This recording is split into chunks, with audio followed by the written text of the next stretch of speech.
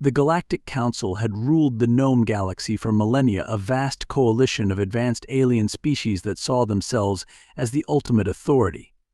Each planet that joined the Council fell under their protection, but this protection wasn't entirely voluntary. Species were required to pay tribute resources, technology, labor, or soldiers offered up to ensure the stability of the Council and remind every race of its place in the galactic hierarchy. Though the Council portrayed themselves as benevolent overseers, beneath the surface was an iron grip. Any species that resisted or hesitated to meet the Council's demands was swiftly punished. Compliance meant survival, resistance meant destruction. Over the years, many planets had attempted to rise up in defiance. None had succeeded. Humanity, the newest species to enter the galactic stage, had been quietly observed for centuries. The Council had noted their rapid technological advancements, their ability to adapt, and their unpredictable nature. But to the Council, humanity was still primitive newcomers in a galaxy filled with species far older and far more sophisticated. Now that humanity had spread beyond its solar system, establishing colonies and making contact with other races, the Council decided it was time to assert dominance. An alien fleet appeared in Earth's orbit, and a formal delegation was dispatched from the Council. It was the same process every new member species went through. The demands were simple tribute. Earth was to offer up a significant portion of its resources and technology. If they refused, the consequences would be devastating. The Council had no reason to believe humanity would be any different from the countless other civilizations that had fallen in line. On Earth, the arrival of the Council's delegation sparked a wave of anxiety. President Lyra Evers, the leader of Earth's newly formed global government, summoned the world's top scientists, military leaders, and diplomats to discuss the situation. General Orion Vale, head of Earth's military forces, assessed the alien fleet with grim certainty. Earth's defenses were inadequate. The Council's demands, broadcast across every major news network, sent civilians into panic. The Council's envoy Sorak Vin arrived at the Global Assembly Hall, flanked by aides. His towering figure, all sharp angles and gleaming eyes, radiated an air of superiority. Without a word, he handed over the ultimatum, a formal document in the Council's language. The message was clear: submit or suffer. Behind closed doors, Earth's leadership debated their options. Sergeant Rian Kess, a battle-hardened soldier, argued that submission would condemn humanity to servitude. Dr. Kian Arlen, Earth's leading scientist, warned that humanity's technology was no match for the Council's overwhelming force. But Commander Celine Kale, leader of Earth's elite defense forces, reminded the room of humanity's history. They had faced impossible odds before and survived. Ambassador Juno Corrin, Earth's chief diplomat, urged caution. She explained that refusing the Council's demands could lead to Earth's total annihilation. But General Vale stood firm: if we kneel now, we will kneel forever. The discussions lasted for days. In the end, the decision was made: humanity would not submit. A single-word reply was sent to the Council's delegation: no. When Sorak Vin received the message, he was visibly stunned. This wasn't how things were supposed to go. No species had ever refused outright. He transmitted the message back to the Council's core world, where High Overseer Kyrell Rain and the other Council members convened to decide humanity's fate. Grand Marshal Zephyrs Kryn, the Council's top military leader, was incredulous. He demanded an immediate show of force. Councillor Tenarvox, however, urged caution, reminding them of humanity's unpredictability. Still, the Council could not allow such defiance to stand. They decided that Earth would be conquered. As the Council's fleet approached Earth, Dr. Arlen made a startling discovery. In analyzing intercepted Council transmissions, he uncovered evidence that the Council had been using advanced mind control technology to maintain control over other species.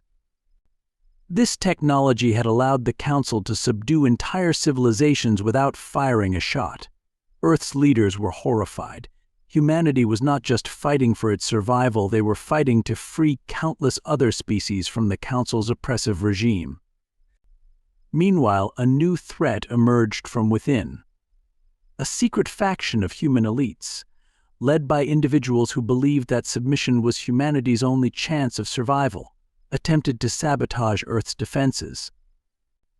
They leaked critical information to the Council, hoping to force Earth's hand. The plot was uncovered just in time by General Vale, but it left Earth vulnerable as the Council's invasion fleet drew closer. When the Council's fleet arrived, Grand Marshal Kryn expected an easy victory. As the massive alien ships hovered over Earth, Kryn transmitted one final ultimatum: submit or be destroyed, but Earth was ready. In secret, Dr. Arlen and his team had developed an EMP weapon capable of disabling the Council's advanced ships. The moment the Council's fleet entered Earth's orbit, the EMP was unleashed. A wave of electromagnetic energy rippled through space, crippling the alien ships. Council vessels that had once been poised for victory were left drifting in orbit, powerless. Earth's energy defense grid, a new technology developed with help from alien rebels, absorbed the Council's incoming attacks, redirecting their firepower harmlessly. On the ground, Commander Kale led Earth's defense forces in guerrilla-style attacks against the disabled alien ships. Sergeant Kess coordinated the ground defense, rallying Earth's soldiers to strike hard and fast. Caught off guard, the Council's fleet was forced to retreat. Humanity had defied them and won the first battle. Word of Earth's victory spread quickly through the galaxy. For the first time, a species had stood up to the Galactic Council and lived to tell the tale. In the aftermath of the battle, Earth reached out to Tarkhan of Dremar, a leader of a long-oppressed alien faction that had been quietly resisting the Council for generations. Inspired by humanity's defiance, Tarkhan offered an alliance. He revealed that the Dremar had been developing advanced technology in secret, waiting for the right moment to strike back against the Council. With the Dremar's help, humanity began to upgrade its defenses and prepare for the next inevitable attack. As rebellions began to break out across the galaxy, the Council's control started to slip. Councillor Vox, who had long harbored doubts about the Council's rule, secretly began leaking intelligence to the growing rebellion. Meanwhile, High Overseer Rain and Grand Marshal Kryn prepared for a final crushing blow. Reinforcements from across the galaxy were summoned. This time they would overwhelm Earth and stamp out any hope of rebellion. But Earth was not waiting to be conquered. Commander Cal, leading a small, elite squadron, used stealth technology provided by the Dremar to infiltrate the Council's command ships. Their mission was clear: disable the Council's leadership. Meanwhile, General Vale and Tarkhan coordinated a massive assault on the Council's main defenses, now weakened by the galactic rebellions. In a daring and well-executed strike, Kale's squadron infiltrated the heart of the Council's fleet, disabling key command vessels and throwing their forces into chaos. Without leadership, the Council's fleet faltered. On the ground, Earth's forces and their new Dremar allies launched a final, decisive battle. The Council's command ships were destroyed, and their once invincible fleet was forced into a full retreat. As Earth celebrated its victory, the repercussions were felt across the galaxy. The Council's rule, once absolute, was now crumbling. Inspired by Earth's success, more species rose up against the Council. Planets that had lived under their control for millennia began to rebel. The Galactic Council, which had once been seen as the supreme authority in the galaxy, was now in retreat. Humanity had not only survived but had ignited a galactic revolution. The Council's homeworld fell, and with it, their grip on power. High Overseer Rain and Grand Marshal Kryn were overthrown, and the Council's remaining forces scattered. Councillor Vox, once a loyal member of the Council, now stood at the forefront of a new galactic order, one built on the principles of freedom and self-determination. Earth, once seen as a primitive and insignificant planet, had become the symbol of defiance and the beacon of hope for an entire galaxy. And though the war was over, humanity knew that its journey had only just begun. As the Council's former territories rebuilt, President Evers reminded Earth's people that they had changed the galaxy not just through their strength but through their refusal to kneel. Humanity had done the impossible. They had stood up not just for themselves but for countless other species. The Galactic Council had fallen, and a new era had begun. Despite the defeat of the Galactic Council, the galaxy was far from stable. Many planets celebrated their newfound freedom, but beneath the surface, chaos threatened to consume the newly liberated systems. Without the iron grip of the Council to maintain order, former loyalists, pirates, and opportunistic warlords rose to fill the vacuum left behind. The galaxy was entering a period of uncertainty. On Earth, the celebrations of victory were tempered by the reality of this new, unstable order. President Lyra Evers stood before the United Global Council, delivering a speech that would echo through history. "We may have won the battle, but the war for peace has only just begun. The galaxy looks to us for leadership, not domination, but guidance. We must be vigilant, for not all will welcome this new era." General Orion Vale, overseeing the reconstruction of Earth's defenses, shared the president's concern. He had been receiving reports of Council loyalists regrouping in the distant star systems, and worse, rumors of a mysterious new faction lurking on the edges of known space had begun to surface. This new power, known only as the Vorn, had remained hidden during the Council's rule, but now that the galaxy was fractured, they were on the move. While Earth braced itself for these looming threats, Ambassador Juno Corrin worked tirelessly to form alliances with newly liberated planets. Earth could not stand alone against the potential resurgence of old enemies or the rise of new ones. To unite the galaxy under a banner of cooperation, Corrin reached out to Tarkhan of Dramar, humanity's closest ally, and Councillor Tenar Vox, the former council member who had aided in the rebellion. On the capital world of Valharan, Councillor Vox called a meeting of leaders from various species, now free from the Council's oppression. He proposed the formation of a galactic confederation, a collective of planets that would ensure no single power could ever dominate the galaxy again. Vox's vision was clear: a united galaxy, built on cooperation and mutual defense. Tarkhan, leader of the Dramar Rebellion, supported Vox's call for unity. "The galaxy has suffered long enough under tyranny," he declared. "Now, we fight not just to survive, but to thrive together," but not all agreed. Some planetary leaders, scarred by centuries of Council rule, were hesitant to join a new alliance. They feared that any centralized power, even one as well-intentioned as the Confederation, could lead to another era of oppression. Others believed they could stand on their own and had no need for alliances. The galaxy was fracturing even further, just as it needed to come together. As the fledgling Confederation struggled to gain traction, General Vale received troubling reports. A series of attacks had begun on newly liberated planets, targeting vital infrastructure and plunging entire worlds into chaos. These attacks were not random; they were coordinated strikes aimed at destabilizing the galaxy. Vale's intelligence teams soon uncovered the truth. Remnants of the Galactic Council, now operating in secret, were orchestrating these assaults. At the center of the Loyalist forces was Grand Marshal Zephyros Kryn, who had narrowly escaped capture after the Council's fall. Kryn, humiliated and vengeful, had been rallying former Council soldiers, mercenaries, and warlords to his cause. His goal was simple: to restore the Council's dominance, and he would stop at nothing to achieve it.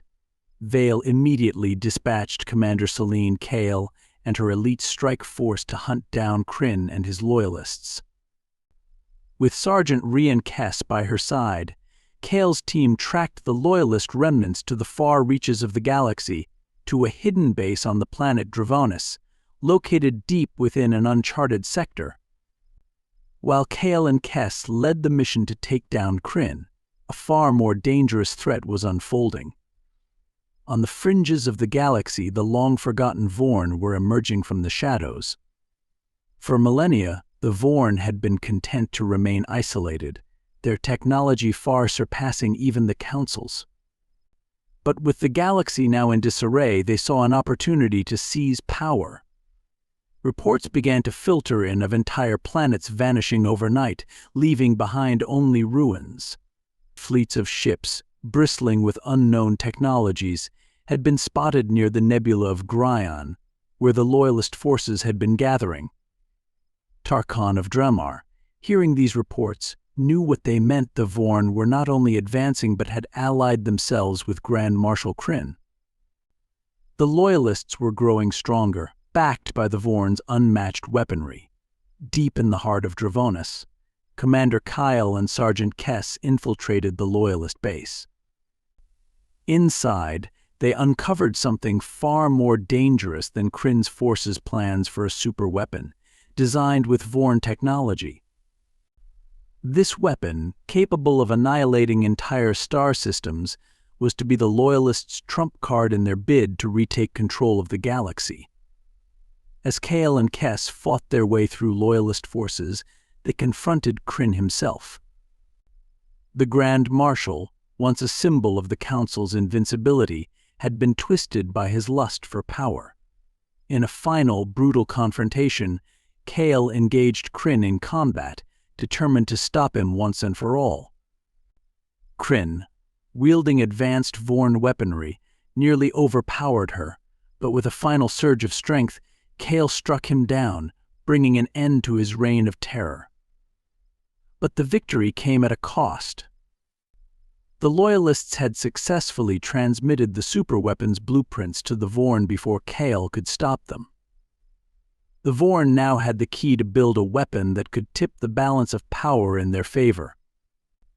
Back on Earth, President Evers, Ambassador Corrin, and General Vale were faced with an impossible choice. The Vorn, now armed with the superweapon designs, could strike at any moment. The fledgling Galactic Confederation, still in its infancy, was not ready for an all-out war with such a powerful enemy. Councillor Vox argued that the only way to prevent galactic catastrophe was to unite every species under the Confederation's banner before the Vorn could build their weapon. "We must stand together," Vox implored. "If we allow fear and division to take hold, the Vorn will destroy us one by one with no time to waste." Ambassador Corrin traveled across the galaxy, negotiating with hesitant planetary leaders, urging them to join the Confederation. With each new ally, the Confederation's power grew, but the clock was ticking. The Vorn were already preparing for war. As the Vorn fleet, now fully armed, emerged from the depths of space, the Confederation's combined forces, led by Earth, gathered to face them. The battle would take place over the planet Talonis 9, a strategic world that controlled access to several critical systems. General Vale took command of the Confederation fleet, while Commander Kale prepared for the ground assault on Talonis 9, where the Vorn had established a superweapon facility. Dr. Arlen, working with the Dremar, had developed a countermeasure against the Vorn's advanced technology, a grid capable of disrupting their weapons systems. But the real challenge would be disabling the superweapon before it could be used. The battle in space was fierce. The Vorn's ships, sleek and deadly, cut through the Confederation fleet with terrifying efficiency. But Vale's tactics, combined with Dr. Arlen's technological countermeasures, slowed their advance. On the ground, Kale and Sergeant Kess led a strike team deep into the Vorn base. They fought through waves of Vorn soldiers, their every step bringing them closer to the heart of the facility. Finally, Kale's team reached the control room, where the superweapon was being primed for activation. In a desperate last stand, Kale and Kess fought the Vorn elite guard, while Dr. Arlen, remotely connected to the base's systems, worked to disable the weapon. In a final, tense moment, the weapon's countdown stopped. The Vorn, realizing they had lost the battle, retreated into the depths of space, their plans for galactic conquest shattered for now. If you enjoyed this story and want to support us, please leave a like and subscribe to our channel. For every comment that says we will heart every single one of them. Thank you for your time.